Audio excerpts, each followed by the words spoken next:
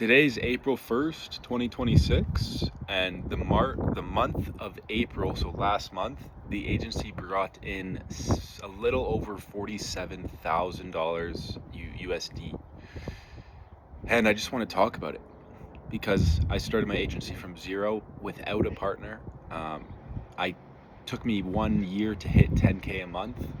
And then I dropped all the way back down to like $2,000 a month and then had to do a rebuild. I learned a lot of things. By no means I'm an expert. By no means, I have everything figured out. I'm still learning every single day, but I feel like I know a little bit more than, the average person, because it takes skill and it takes hard work to crack 47K, 50K a month. You know what I mean? So the biggest takeaway from everything that I've kind of learned so far is team, building a team.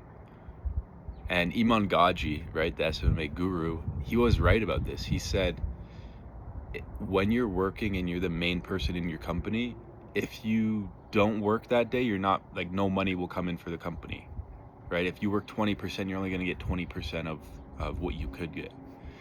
And then once you can kind of hire people out for specific roles, like the first thing, if you run an agency, you're probably going to hire out is going to be a media buyer, right? Because that's like the easiest one to find and kind of maintain.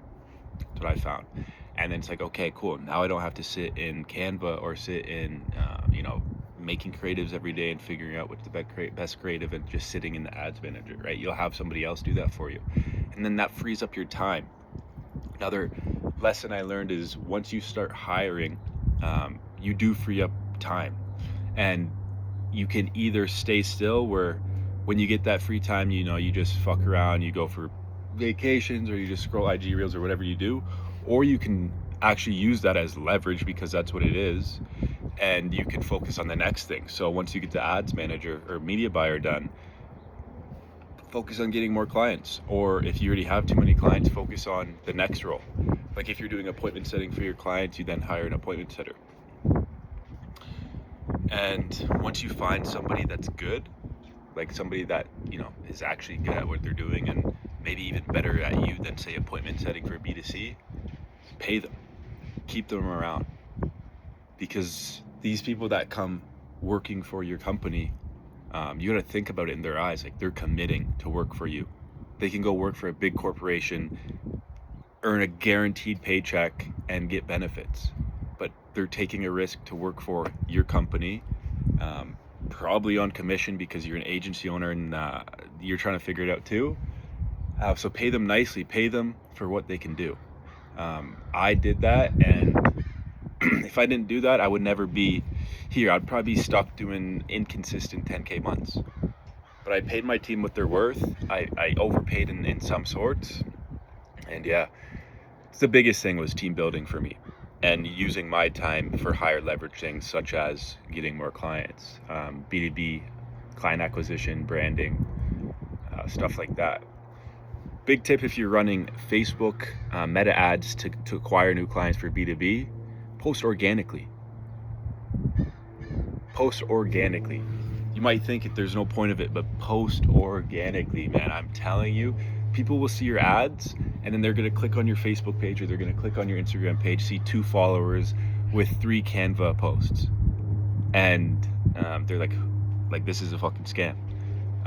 Obviously, you still get leads, but post organically, you have a lot more credibility. You can actually be the authority on the call if they actually looked into the company. And another big thing is get Google reviews or get Trustpilot reviews. Just get some form of real reviews and don't fake them. A lot of people will get a Google My Business and then they'll get like 20 of their buddies to make a review just so it seems like you have higher. Dude, I got like 13 reviews, but they're all real and people fucking love them. And some people are like, yeah, I mean, why do you only got 13 reviews? And I'm like, because all of our reviews are real. And if I wanted to get 20 right now, I mean, I could. It's just, they just come in organically. But yeah, another big tip is organic with paid. It's the unlock. What else? For me, it's a little bit different because I didn't have a partner. So one of the biggest things that I had struggle with is, this is if you don't have a partner, is there's like a teeter-totter, which you really need to make sure you're doing correctly. So it's like this side of the teeter-totter is going to be fulfillment, service delivery, making sure your product or your service is actually good. And this means like making better systems. Maybe AI is going crazy, so integrating AI, like AI call reviews, service delivery. This side is acquisition for B2B. And like it's like this: when you're the founder and you don't have a partner, you have to focus on one teeter-totter, and then when it comes down, get the other one, and just back and forth and back and forth. But once you kind of get a team under you, then mainly on the service delivery side, do not touch B2B side, because that's just retarded. Figure out the service delivery, get that 100% automated before you even think about doing B2B. But yeah, once you get that team on to fulfillment side, then that teeter-totter already has that weight down, so it's always going to be somebody's focusing on it. So now you can spend a little bit more time on the acquisition side, and then you play. If you're scaling ads, you can pump ads up while you know you have fulfillment capacity, and then once kind of the teeter-totter is going down, slow the ads down, help the team a little bit, maybe find another employee, and then do the same thing. And if you do that and you don't just overload 2K piffs, 7K piffs, whatever you sell, don't just overload front end money and have shit service delivery. Sure, you might hit a 47K month or a 50K month, but you will fucking burn back down to 10K or back down to 0. So if you do what I said with the teeter-totter method, this is what I'll call it now, I claimed it, you will scale sustainably. So when I got to 47K, it wasn't like I was at 10K last month. This has been kind of since June 2025 in the making.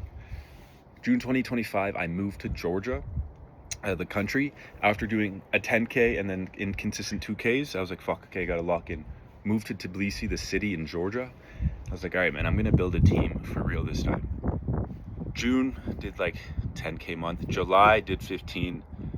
This is just off my thought. It's plus minus 5,000. So it's like June, 10K. July, it was like 12 to 15K. August, again, like 15K. September hit 20K. October hit like 25K. November, 25K. December, 30K. January, like 30. February, 30.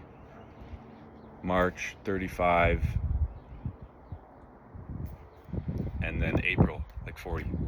Something like that. All I'm trying to say is like it's going up, maybe a little dip, higher highs, higher lows. It's an upward trend, just like the stock market, you know? I'm like Bitcoin.